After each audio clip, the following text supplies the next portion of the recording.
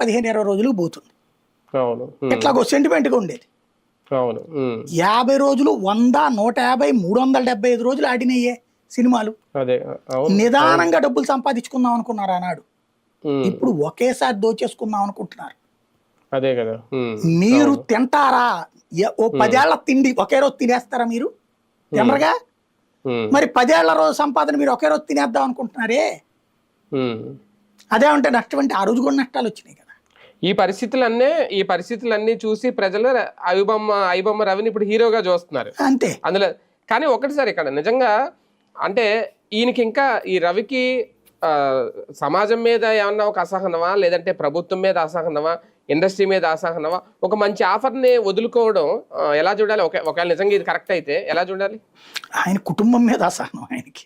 ఈ దేశంలో అంతేనా? బతకడం అది ఇష్టం లేదు. ఓకే. అదే ఉమ్, ఇప్పుడు ఉమ్, వాళ్ళ ఆవిడ ఉన్న ఈ గడ్డ మీద ఆయన బతకాలనుకోవట్లేదు. అంతేనా? అంతే. అదే అదే ఆయన ఇంకోటి ఆయన ఏంటంటే ఒకసారి వ్యక్తిగతం ఆ సంపాదనకు అలవాటు పడ్డాక అది. తగ్గి ఉండాలని ఆడనుకుంటాడు. ఉమ్, ఉమ్. కానీ ఇలాంటి యువత చాలా మంది ఉంటారు కదా సార్, రాష్ట్రంలో కానీ దేశంలో కానీ.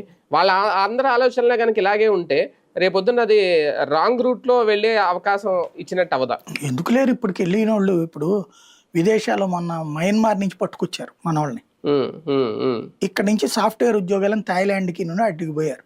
వాళ్ళ అవును. నిదానంగా మయన్మార్ పట్టుకుపోయి అక్కడ ఉమ్, బలవంతంగా వాళ్ళ పాస్పోర్టులు లాగేసుకుని ఉమ్. నువ్వు చచ్చినట్టు సైబర్ క్రైమ్ చేయమన్నారు. అదే చచ్చినట్టు